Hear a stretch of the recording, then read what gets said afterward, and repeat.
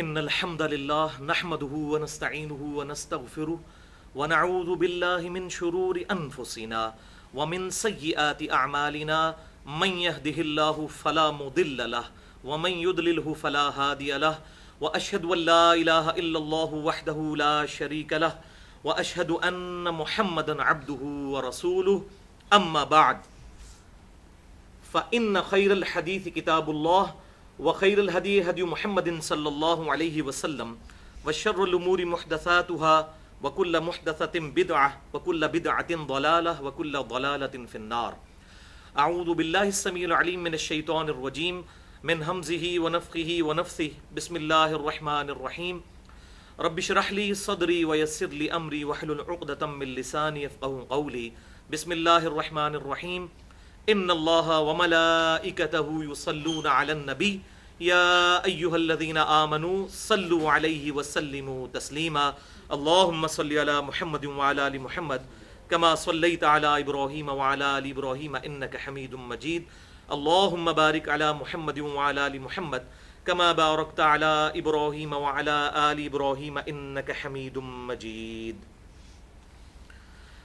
الحمدللہ آج 23 اگست 2014 کو ہفتے کے دن قرآن کلاس نمبر 139 میں ہم سورۃ التوبہ کی آیت مبارکہ 60 نمبر اس کے کانٹیکسٹ میں اپنی اسی گفتگو کو آگے لے کر چلیں گے جس پر ہم نے پچھلی دفعہ تقریباً 73 منٹس گفتگو کی تھی، اور ہماری وہ گفتگو ہماری ویب سائٹ اہلسنتپاک.com پر، ہمارے یوٹیوب اور tune.pk کے چینل انجینئر محمد علی مرزا کے تھرو اپلوڈ ہو چکی ہے، اور اس کا عنوان ہے مسئلہ نمبر 95A، زکوٰۃ اور صدقہ کی فرضیت اور اہمیت اور اس کی فضیلت.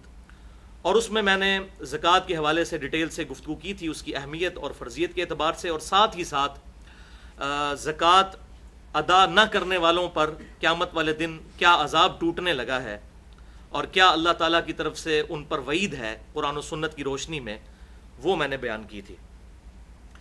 آج انشاءاللہ تعالیٰ اسی کے دوسرے حصے کو ڈسکس کریں گے، مسئلہ نمبر 95B، اور اس کا عنوان ہے زکوٰۃ و صدقہ سے متعلق جدید اور قدیم فقہی احکام و مسائل. زکوٰۃ و صدقہ سے متعلق جدید اور قدیم فقہی احکام و مسائل 17 علمی پوائنٹس کی شکل میں انشاءاللہ پیش کروں گا، اور اس میں چھوٹے چھوٹے تقریباً 70 کے قریب مسائل، فقہی احکام و مسائل اس میں کور ہو جائیں گے انشاءاللہ تعالی. بھائیو، یہ 17 جو علمی پوائنٹس ہیں یہ میں نے بڑی محنت سے تیار کیے ہیں، اور یہ الل ٹپ ایٹ رینڈم نہیں ہے، بلکہ ایک انٹلیکچوئل ترتیب کے ساتھ ہیں تاکہ زکوٰۃ کے فقہی احکام و مسائل لوگوں کو سمجھ آ جائیں، کیونکہ یہ مشکل ترین ٹاپکس میں سے ہے آج کل کے دور کے اعتبار سے. کتابیں بھی اس طرح اویلیبل نہیں ہیں، تقاریر میں بھی لوگ کئی ایک موضوعات ہیں جن پر ہاتھ نہیں ڈالتے، کیونکہ لوگوں کی روٹی روزی ان چیزوں کے ساتھ وابستہ ہے، اس لیے وہ بیان نہیں کرتے. وہ آپ کو آج انشاءاللہ تعالی اندازہ بھی ہو جائے گا. بھائیو، آج کی گفتگو میں جتنی آیات آئیں گی میں انشاءاللہ ان کے مکمل ریفرنسز بھی دے دوں گا، اور جتنی احادیث آئیں گی ان کے مکمل ریفرنسز، اور جو کرٹیکل احادیث ہوں گی انشاءاللہ ان کے نمبرز علماء حرمین، بیروت اور دارالسلام کی انٹرنیشنل نمبرنگ کے مطابق بتا دوں گا، جس کے مطابق پوری دنیا کے اندر عربی سافٹ ویئرز بنتے ہیں اور عربی کتب شائع ہوتی ہیں. پھر بھی اگر کسی کی کوئی کیوری ہو تو لیکچر کے اینڈ پہ مجھ سے سوال کیا جا سکتا ہے، یا بعد میں بھی میرا ای میل ایڈریس ہے mirza_95@yahoo.com، اس پہ بھی مجھ سے سوال کیا جا سکتا ہے. بھائیو، آج کا لیکچر انشاءاللہ ایک ویڈیو بک بن جائے گا زکوٰۃ کے فقہی احکام و مسائل کے اعتبار سے، اور یہ لیکچر بھی منکرین حدیث کے لیے بہت بڑا لمحہ فکریہ ہے. کیوں؟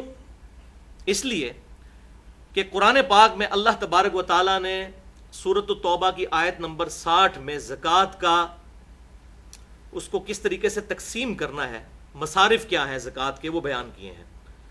لیکن نہ تو زکوٰۃ کا نصاب آیا ہے کہ کس پہ زکوٰۃ فرض ہوگی، اور نہ ہی اس کی ڈیٹیل آئی ہے کہ کتنے % زکوٰۃ دینی ہے. اس کے بغیر تو آپ زکوٰۃ دے ہی نہیں سکتے. تو اس کا سورس پھر ہمارے پاس اسی کتاب اللہ نے ہمیں گائیڈ کیا ہے سنت کی طرف. من یطع الرسول فقد اطاع اللہ، جس نے رسول اللہ صلی اللہ علیہ وسلم کی اطاعت کی اس نے گویا اللہ کی اطاعت کی. سورۃ النساء آیت نمبر 80. تو زکوٰۃ کے جتنے فقہی احکام و مسائل ہیں الحمدللہ یہ صحیح الاسناد احادیث سے ثابت ہیں اور اکثریت پر اجماع امت ہے. اور جب اجماع امت کسی مسئلے پر ہو تو اس سے کتاب و سنت سے دلیل کی ضرورت نہیں رہتی، کیونکہ اجماع خود بہت بڑی دلیل ہے. اس قرآن پاک کی واحد اتھینٹسٹی اجماع امت ہی تو ہے کہ امت نے عملی تواتر کے ساتھ اس کتاب کو نقل کیا ہے. اجماع کے حوالے سے میری ایکسکلوسیو گفتگو ہے، مسئلہ نمبر 31 کے نام سے 40 منٹ کی گفتگو. اس میں میں نے اجماع کی حجیت اور اس کی 17 مثالیں بھی بیان کی ہیں. میں نمونے کے طور پر 2 احادیث بیان کر دیتا ہوں جو میں نے اس میں بھی بیان کی. پہلی حدیث موقوفاً امیر المؤمنین سیدنا عمر ابن خطاب رضی اللہ تعالیٰ عنہ کا مبارک قول ہے. المصنف ابن ابی شیبہ میں انٹرنیشنل نمبرنگ کے مطابق کتاب البیوع چیپٹر میں 22,990. انہوں نے کوفے کے قاضی شریح کو خط لکھا کہ جب بھی تجھے کوئی مسئلہ آئے تو سب سے پہلے کتاب اللہ میں اسے تلاش کر، اگر کتاب اللہ میں نہ پائے تو پھر سنت رسول صلی اللہ علیہ وسلم میں اسے تلاش کر، اگر سنت میں بھی نہ پائے تو پھر امت کے اجماع میں دیکھو کہ امت کس چیز کو ایکسیپٹ کیے ہوئے ہے، اور اگر اجماع میں بھی نہ پاؤ تو پھر تم اجتہاد کر سکتے ہو، اور اگر نہ کرو تو تب بھی درست ہے اجتہاد. تو یہ بنیادی طور پہ 4 چیزیں ہیں، کتاب اللہ، سنت اور اجماع. یہ مین ایبسولوٹ 3 دلائل ہیں. اور چوتھی چیز جو ہے اجتہاد، وہ ایبسولوٹ نہیں ہے، ریلیٹیو ہے، اس میں اختلاف ہو سکتا ہے. آپ کو بھی حق ہے اختلاف کرنے کا، مجھے بھی. پوری امت کے لیے اجتہاد کا دروازہ قیامت تک کے لیے کھلا ہے، کتاب و سنت کے دلائل کی روشنی میں، اپنی ذاتی رائے کی روشنی میں نہیں. بہرحال اسی طریقے سے المستدرک للحاکم میں صحیح سند کے ساتھ انٹرنیشنل نمبرنگ کے مطابق کتاب العلم چیپٹر میں 399 نمبر حدیث ہے. آپ صلی اللہ علیہ وسلم نے ارشاد فرمایا اللہ تعالیٰ میری امت کو کبھی بھی گمراہی پر جمع نہیں ہونے دے گا، جماعت پر اللہ کا ہاتھ ہے. یہ اکثر جو ہماری یہ مختلف جماعتیں اور پارٹیاں یہ حدیث پیش کر رہی ہوتی ہیں جماعت پہ اللہ کا ہاتھ ہے تو وہ اپنی جماعت بتا رہے ہوتے ہیں. اس جماعت سے مراد اجماع امت ہے. یہ پارٹیاں بازیاں نہیں ہیں جو یہ جعلی قسم کی پارٹیاں بنا کے اور سیاسی پارٹیاں اور مذہبی پارٹیاں اور ان کے امیر بنائے ہوئے ہیں، یہ جماعت مراد نہیں. اس سے مراد ہے امت کی مین سٹریم، اجماع امت. میری امت کبھی گمراہی پر جمع نہیں ہوگی، جماعت پہ اللہ کا ہاتھ ہے. تو اس جماعت سے مراد ہے امت کی پوری اجماعی جو تھاٹ ہے اس کو اجماع کہا گیا. اس پہ اللہ تعالیٰ اس امت کی حفاظت کرے گا. یہ 17 کا عدد میں نے ڈیڈکٹ کیا ہے کہ دن رات میں فرض نماز کی جو رکعتیں ہیں وہ 17 ہیں، جس پہ اہل سنت اور اہل تشیع کا اجماع ہے. 2 فجر کی، 4 ظہر کی، 4 عصر، 3 مغرب اور 4 عشاء. یہ جو 17 فرائض بنتے ہیں اس کی نسبت. پچھلی دفعہ بھی میں نے یہ بات کی تھی تو لوگوں کی طرف سے یہ بھی کیوری آئی کہ بھئی اہل تشیع آپ کیوں کہتے ہیں؟ اہل تشیع تو 3 نمازیں پڑھتے ہیں. تو بھائیو اہل تشیع 3 نمازیں نہیں پڑھتے، اہل تشیع بھی 5 نمازیں ہی پڑھتے ہیں. وہ نمازوں کو جمع کرتے ہیں، ظہر اور عصر کو جمع کرتے ہیں اور مغرب اور عشاء کو بھی جمع کرتے ہیں. تو جہاں تک سفر کا معاملہ ہے، بخاری اور مسلم میں درجنوں احادیث موجود ہیں کہ آپ صلی اللہ علیہ وسلم سفر میں ہمیشہ ظہر اور عصر کو جمع کرتے تھے اور مغرب اور عشاء کو. اسے ظہرین اور مغربین کہا جاتا ہے. لیکن ایک حدیث ایسی ہے جو صحیح مسلم میں 3-4 طرق اس کے آئے ہیں. انٹرنیشنل نمبر کے مطابق 1629 نمبر اور 1633 نمبر، جس پہ امام نووی نے صحیح مسلم میں باب بھی باندھا ہے کہ سفر کے علاوہ حضر میں بھی، عام حالات میں بھی نمازیں جمع کی جا سکتی ہیں. لیکن یہ اہل سنت کے لوگ چھپاتے ہیں کہ وہ کہتے ہیں گھاٹے نہ فٹ ہو جائے، پھر تو شیعہ سے دلیل پکڑیں گے. بات اہل سنت اہل تشیع کی نہیں، بات امام کائنات سید الاولین والآخرین شفیع المذنبین رحمت للعالمین سیدنا و مولانا امام اعظم محمد رسول اللہ صلی اللہ علیہ وسلم کی مانی جائے گی. فرقہ واریت کی لعنت کو چھوڑیں، فرقہ واریت کو 3 طلاقیں دے کے 4 تکبیریں پڑھ کر دفنا دیں، تب یہ باتیں سمجھ آئیں گی. تو میں نے نمبر بتایا صحیح مسلم 1629 1633. ابن عباس رضی اللہ تعالیٰ عنہ کہتے ہیں کہ نبی صلی اللہ علیہ وسلم نے ہمیں مدینہ شریف میں بغیر خوف کے، بغیر بارش کے اور بغیر سفر کے ظہر اور عصر کی نماز جمع کروائی. پہلے 4 فرض ظہر کے پڑھے، پھر 4 عصر کے جماعت کے ساتھ، اور پھر مغرب اور عشاء کی جمع کروائی 3 مغرب کے فرض اور 4 عشاء کے۔ اب جب یہ انہوں نے بات کی ابن عباس رضی اللہ تعالیٰ عنہ نے، تو ظاہر ہے کہ آگے سب کے لیے پریشانی تھی۔ تو یہ حدیث جو تابعی بیان کرتے ہیں وہ ہیں سعید ابن جبیر رحمۃ اللہ علیہ، المتوفی 96 ہجری۔ جب انہوں نے یہ حدیث بیان کی، ابن عباس کے شاگرد تھے، تو ان کے آگے سے شاگرد جو ہیں وہ تبع تابعی ابو زبیر پوچھتے ہیں کہ سعید ابن جبیر یہ آپ کیا کہہ رہے ہیں؟ آپ صلی اللہ علیہ وسلم نے عام حالت میں بھی نمازوں کو جمع کیا؟ تو انہوں نے کہا ہاں، میں نے بھی یہی سوال حضرت عبداللہ ابن عباس سے پوچھا تھا کہ یہ آپ کیا کہہ رہے ہیں کہ آپ صلی اللہ علیہ وسلم نے ظہر اور عصر کو اور مغرب اور عشاء کو عام حالت میں بھی جمع کیا تھا، تو کیوں کیا تھا؟ تو حضرت عبداللہ ابن عباس رضی اللہ تعالی عنہ نے فرمایا آپ صلی اللہ علیہ وسلم نے یہ اس لیے کیا تھا تاکہ امت کے لیے نمازوں کے معاملے میں کوئی تکلیف نہ باقی رہے، آسانی پیدا ہو جائے۔ حریص علیکم بالمؤمنین رؤوف الرحیم، اللہ کے محبوب صلی اللہ علیہ وسلم مومنین کی جانوں سے بڑھ کر ان پر رحم فرمانے والے ہیں۔ لیکن مولویوں نے یہ فیسلٹی ہم سے چھین لی اور اسے شیعہ سنی کا مسئلہ بنا دیا۔ ہاں یہ بات درست ہے، اس کی روٹین نہ بنائی جائے، کبھی کبھار کوئی جمع کرتا ہے، روٹین بھی اگر کوئی بنائے اس پہ فتویٰ کوئی نہیں لگے گا۔ ایون اہل تشیع کی کتابوں میں بھی یہ لکھا ہوا ہے کہ افضل یہی ہے کہ 5 نمازیں الگ الگ وقت میں پڑھی جائیں، یہ صرف جائز ہے، ہم بھی یہی کہتے ہیں، افضلیت یہی ہے کہ 5 نمازیں الگ الگ وقت میں پڑھی جائیں۔ لیکن اگر کوئی ان کو جمع کر لیتا ہے، فجر کو الگ پڑھتا ہے، ظہر اور عصر کو جمع کرتا ہے اور مغرب اور عشاء کو، تو یہ بالکل اہل سنت اور اہل تشیع کا اس پر بھی اجماع ہے۔ یہ میں نے اس حوالے سے کلیئر کر دیا کیونکہ یہ کافی سارے اس پہ کامنٹس لوگوں کے آ رہے تھے، میں نے کہا کہ اسے شروع میں ہی میں کلیئر کر دوں۔ اب اللہ کا نام لے کر 17 علمی پوائنٹس ہم شروع کرتے ہیں۔ ایک دفعہ دروشی پڑھ لیجئے۔ اللہم صلی علی محمد وعلی آل محمد کما صلیت علی ابراہیم وعلی آل ابراہیم انک حمید مجید۔ اللہم بارک علی محمد وعلی آل محمد کما بارکت علی ابراہیم وعلی آل ابراہیم انک حمید مجید۔ علمی پوائنٹ نمبر 1، بھائیو اس بات پر اجماع ہے کہ ہر صاحب نصاب عاقل اور بالغ مسلمان پر اس کا جو بچت والا مال ہے جس پر سال گزر جائے، قمری سال، لیونر ایئر، تو سال میں ایک دفعہ زکوٰۃ دینا اس پر فرض ہے۔ اس پہ پوری امت کا اجماع ہے، اہل سنت کا، اہل تشیع کا، جتنے اہل سنت کے آف شوٹس ہیں، حنفی، مالکی، شافعی، حنبلی، اور اسی طریقے سے اہل تشیع کے اندر چاہے وہ زیدیہ فرقہ ہو، اثنا عشری ہو، سب کا اس پر اجماع ہے کہ یہ زکوٰۃ دینی ہے ہر اس مسلمان نے جو صاحب نصاب ہو جائے سال میں ایک دفعہ، جب وہ اس تھریش ہولڈ پوائنٹ کو کراس کر جائے جسے ہم نصاب کہتے ہیں۔ اس حوالے سے اگر کوئی شخص یہ زکوٰۃ دے دے گا تو پھر کنز یعنی مال کا جوڑنا اس کے لیے جائز ہو جائے گا، خزانہ جمع کرنا جائز ہو جائے گا اگر وہ ریگولرلی زکوٰۃ دے گا۔ ادروائز آپ نے پچھلی دفعہ سورۃ التوبہ کی آیت نمبر 33 اور 34 اور 35 کے کانٹیکسٹ میں سن لیا کہ یہ مال جو ہے سونا اور چاندی، یہ گرم کر کے ان لوگوں کے ماتھوں پر داغے جائیں گے اور ان کے پہلوؤں پر، ان کے پیٹھوں کے اوپر جو لوگ زکوٰۃ نہیں ادا کرتے۔ پچھلی دفعہ میں نے ڈیٹیل سے 73 منٹس اسی بھی تو گفتگو کی تھی۔ اس حوالے سے ایک موقوفاً صحیح حدیث بھی موجود ہے، جامعہ ترمذی میں انٹرنیشنل نمبر کے مطابق 632 نمبر، سیدنا ابن عمر رضی اللہ تعالی عنہما کہتے ہیں کہ جو مال کسی کو حاصل ہوا اور اس کے پاس 1 سال تک پڑا رہا تو اس پر زکوٰۃ دینا فرض ہے۔ امام ترمذی رحمۃ اللہ علیہ نے پھر اس کے ساتھ اہل علم کے کامنٹس بھی نقل کیے ہیں اس حوالے سے کہ اگر سال گزر گیا، سال گزرنے سے جسٹ تھوڑی دیر پہلے اگر اس صاحب نصاب کے مال میں کوئی اور مال ایڈ ہو گیا تو کیا صرف سال گزرنے والے مال پر زکوٰۃ دے گا یا پورے مال پر دے گا؟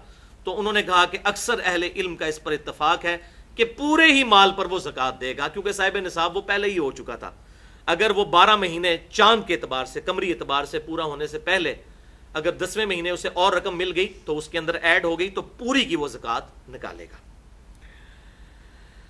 اب رہا یہ مسئلہ کہ رمضان مبارک میں زکوٰۃ دینی چاہیے یا رمضان کے علاوہ بھی دے سکتے ہیں، تو اس میں رمضان کی کوئی قید نہیں، رمضان کے علاوہ بھی آپ زکوٰۃ دے سکتے ہیں، جب بھی آپ کا لیونر ایئر پورا ہوگا آپ اس کے مطابق زکوٰۃ دیں گے۔ لیکن یہ بات صحیح ہے کہ صحیح بخاری اور مسلم کی متفق علیہ حدیث ہے، بخاری میں 1904, مسلم میں 2707 کہ امام کائنات صلی اللہ علیہ وسلم نے فرمایا کہ رمضان المبارک میں اللہ تعالیٰ اعمال کے ثواب کو 10 سے لے کر 700 گنا تک بڑھا دیتا ہے. چونکہ رمضان میں ثواب اعمال کا بڑھ جاتا ہے 700 گنا تک، اور اللہ چاہے تو کسی کے لیے اس سے بھی زیادہ بڑھا دے. لہٰذا بہتر یہی ہے کہ رمضان المبارک میں زکوٰۃ نکالی جائے. چوپڑیاں نہ لے، دو دو، ٹھیک ہے. جیسا کہ عمرے کے بارے میں صحیح بخاری اور مسلم میں حدیث موجود ہے متفق علیہ کہ آپ صلی اللہ علیہ وسلم نے فرمایا جس نے رمضان المبارک میں عمرہ کیا گویا اس نے حج کیا. اور مسلم کے ایک طرق میں آتا ہے اور ابو داؤد کے ایک طرق میں کہ گویا اس نے میرے ساتھ حج کیا جس نے رمضان المبارک کا عمرہ کیا. تو اسی طریقے سے پریفریبل یہی ہے. اور ویسے بھی حساب رکھنا آسان ہو جائے گا قمری سالوں کا، کیونکہ ہم تو جو ہے وہ شمسی سالوں کے اعتبار سے چل رہے ہوتے ہیں، تو لیونر ایئر کے مطابق ہم نہیں چل رہے ہوتے، ہم سولر ایئر کے مطابق چلتے ہیں. تو اگر یہ لیونر ایئر کا حساب رکھنا ہے تو رمضان میں ثواب بھی زیادہ اور حساب رکھنا بھی آسان ہو جائے گا انشاءاللہ تعالی. اچھا بھائیو، اس بات پر بھی اجماع ہے کہ کوئی شخص اپنی زکوٰۃ پیشگی بھی نکال سکتا ہے، یعنی اگلے سال کی پہلے ہی نکال لے، اپنے پاس حساب کتاب نوٹ کر لے. اسی طریقے سے وہ ڈیلے کر کے بھی نکال سکتا ہے، اور اسی طریقے سے پر منتھ ڈیوائڈ کر کے بھی نکال سکتا ہے. اگر سال بعد اس کی سپوز 40,000 بن رہی ہے تو 12 مہینوں پر ڈیوائڈ کر کے ایک تنخواہ دار آدمی تھوڑے تھوڑے پیسے نکال کے اپنی زکوٰۃ دیتا رہتا ہے، تو یہ بھی جائز ہے. اس پر اجماع موجود ہے. اور امام ترمذی رحمۃ اللہ علیہ ایک حدیث بھی لے کر آئے انٹرنیشنل نمبر کے مطابق 679 نمبر، اور ابو داؤد میں 1624. اور امام ترمذی نے اس کے ساتھ اہل علم کے کامنٹس بھی نقل کیے ہیں کہ زکوٰۃ پیشگی بھی عطا کی جا سکتی ہے، اس میں اللہ تعالیٰ نے آسانی دی ہے.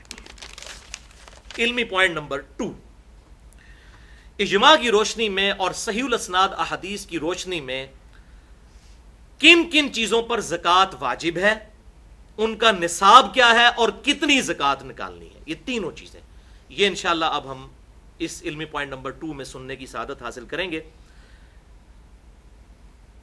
اس میں احادیث کے حوالے دے دیتا ہوں جلدی سے. صحیح بخاری میں انٹرنیشنل نمبر کے مطابق 1454 نمبر حدیث، یہ ڈیٹیلڈ حدیث ہے تقریباً 2 صفحوں پر، اور تقریباً زکوٰۃ کے 80% مسائل اس صحیح بخاری کی حدیث سے ثابت ہوتے ہیں.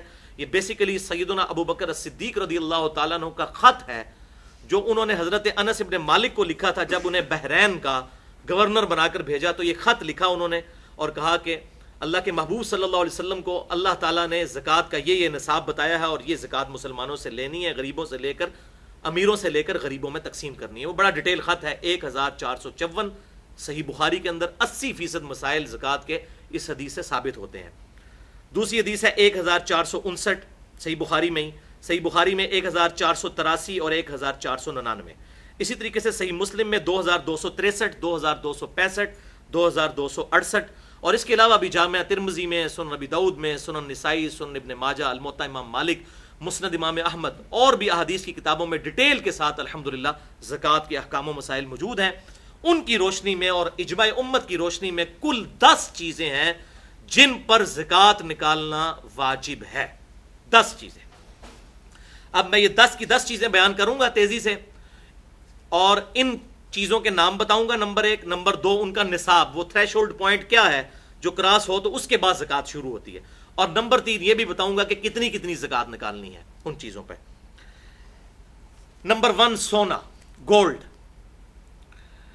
گولڈ اگر کسی کے پاس 20 دینار ہو تو سال میں آدھا دینار اس کی زکوٰۃ دینا ضروری ہو جاتا ہے. 20 دینار آج کل کے دور کے اعتبار سے 7.5 تولے سونا بنتا ہے، اور 1 تولہ 11.664 گرام ہوتا ہے. گرامز میں یہ نصاب بنے گا 87.48، 87.48 گرام. جب کسی کے پاس اتنا گولڈ جمع ہو جائے تو اس نے اس پہ زکوٰۃ دینی ہے. کتنی دینی ہے؟ 2.5%. اور 2.5% نکالنے کا بڑا آسان طریقہ ہے کہ جو اس کی مالیت بن رہی ہے اس کو 40 پہ تقسیم کر دیں تو 2.5% آ جائے گا. 40 پہ تقسیم کرنا ہے. دوسری چیز وہ ہے کرنسی، روپے کی شکل میں، ڈالر کی شکل میں، پاؤنڈ کی شکل میں، ریال کی شکل میں، کسی بھی شکل میں کرنسی.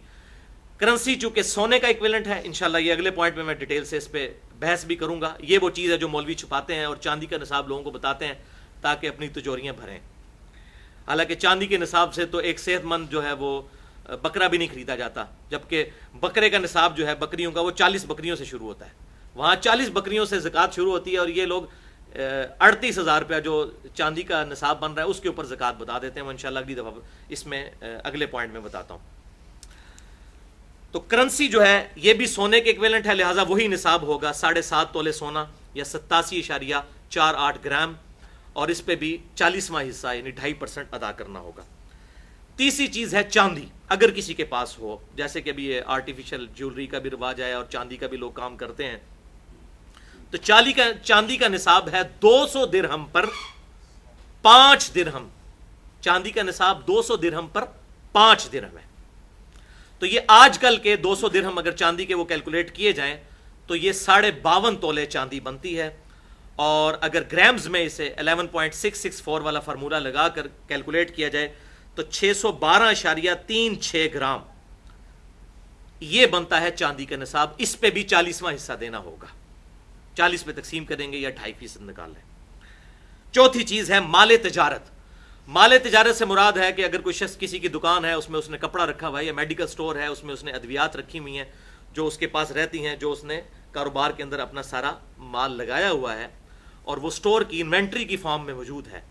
اسی طریقے سے کمرشل پلاٹس ہیں کسی کے پاس، بیچنے کی غرض سے وہ پلاٹس خریدتا ہے. ویسے اگر پلاٹ ہے کسی کے پاس، جب تک اس پہ زرعی زمین کے اوپر کاشتکاری نہ کی جائے تو اس پہ زکوٰۃ نہیں بنتی، وہ تو کاشتکاری کے اوپر زکوٰۃ ہوتی ہے اگر کی جائے، ورنہ کوئی نہیں. لیکن کمرشل پلاٹس بیچنے کی نیت سے جو لیے جاتے ہیں، چاہے پراپرٹی ڈیلر لے یا عام آدمی اپنی سیونگ کو یہ کر لے، چلاک بننے کی کوشش کرے کہ وہ سونے کی بجائے پلاٹ خرید لے اور کہ جی میرے پاس سونا تو نہیں، زکوٰۃ نہیں لگے گی، تو بھائی عقل آپ کی بھی نہیں کام کرتی کہ سیونگ کے اوپر زکوٰۃ ہے. اللہ تعالیٰ کو تو دھوکہ نہیں آپ دے سکتے، اپنے آپ کو دے سکتے ہیں. تو کمرشل پلاٹس جو انسان نے خریدے ہوئے ہیں سیونگ کے طور پہ، ان کی بھی کیلکولیشن پر سونے کا نصاب لگے گا، اور اسی طریقے سے دکان کے اندر جو مال ڈالا ہوا ہے اس پہ بھی 40واں حصہ زکوٰۃ دی جائے گی. 5ویں نمبر پہ ہے زمین کی پیداوار، چاہے وہ غلے کی فارم میں ہو، کھجور کی پھل کی فارم میں، تو اس پہ بھی زکوٰۃ ہے. اور اس کے لیے جو تھریش ہولڈ پوائنٹ ہے، نصاب ہے، وہ ہے 5 وسق. ایک وسق جو ہے وہ 60 سا کے برابر ہوتا ہے، اور ایک سا جو ہے وہ 4 مد کے برابر ہوتا ہے، اور ایک مد 600 گرام بنتے ہیں ہمارے زمانے کے. لہٰذا یہ پوری ملٹیپلیکیشن کرنے کے بعد 5 وسق جو ہیں وہ بنتے ہیں آج کل کے 720 کلو گرام. تو 720 کلو گرام جس کے پاس غلہ ہوگا تو اس پر اسے زکوٰۃ دینی ہوگی، لیکن غلے کی زکوٰۃ زیادہ ہے. وہ ہم نے جو زکوٰۃ سنی سونے کی، اس سے یہ 4 گنا ہے، 10% زکوٰۃ ہے. اور وہ اس صورت میں 10% ہے، اسے عشر بھی کہتے ہیں، کہ اگر زمین کی پیداوار کو جو پانی ہے وہ بارانی ہو، زمین اس کی یعنی نیچرل اریگیشن ہو، بارش کے ذریعے یا نہر کے ذریعے پانی اس کو لگتا ہو، جس پہ اس کا اپنا خرچہ کوئی نہ آتا ہو، تو پھر عشر دیں گے 10واں حصہ، 100 میں 10 روپے. تو یہ 720 جو ہے اس کو آپ ڈیوائیڈ کر لیں 10 کے اوپر، تو یہ 72 kg اس میں سے زکوٰۃ نکالنی ہوگی. اگر زمین جو ہے وہ کنویں کے ذریعے سیراب کی جاتی ہے، ظاہر ہے اس پہ بجلی کا بل بھی دینا پڑے گا، آپ خود بھی اس پہ خرچہ کر رہے ہیں، تو شریعت نے اس میں آسانی دی ہے کہ پھر آدھا عشر دینا ہوگا، یعنی پھر زکوٰۃ جو ہے وہ 5% رہ جائے گی. اس طرح 10%، اس طرح 5%. چھٹی چیز ہے شہد. شہد پہ بھی عشر ہے جس طرح کے غلے کے اوپر ہے، لیکن وہ اس کا تھریش ہولڈ پوائنٹ ہے 10 مشکیزے. اگر شہد ہو تو اس میں سے 1 مشکیزہ اللہ کی راہ میں خرچ کرنا ہوگا. یہ تو خیر مطلب یوزل اس طرح استعمال نہیں ہوتی ہیں آج کل چیزیں. 7ویں چیز ہے اونٹ. اونٹ کا نصاب جو ہے وہ صحیح بخاری اور مسلم کے اندر آیا ہے، اور بخاری کی اس ڈیٹیل حدیث میں 1454 نمبر، کہ 5 سے کم اونٹوں کے اوپر زکوٰۃ نہیں ہے. 5 اونٹ جس کے پاس ہوں گے تو اس کی زکوٰۃ شروع ہو جائے گی. 5 سے لے کر 24 اونٹوں تک ایک ہی زکوٰۃ نکالنی ہوگی. اور وہ کیا نکالنی ہوگی؟ ایک بکری دینی ہوگی، نارمل بکری ایک، یہ زکوٰۃ بنے گی. لیکن جیسے ہی 25 اونٹ ہوں گے تو 25 سے لے کر 35 تک اگر یہ اونٹ پہنچ جاتے ہیں تو پھر آپ کو یہ 35 اونٹوں کے اوپر 1 سال کی اونٹنی جو ہے یہ زکوٰۃ کے طور پر نکالنی ہوگی. اور اس پہ بھی اجماع ہے کہ اس کے بدلے سونا یا کرنسی بھی دی جا سکتی ہے اس کی ویلیو کیلکولیٹ کر کے.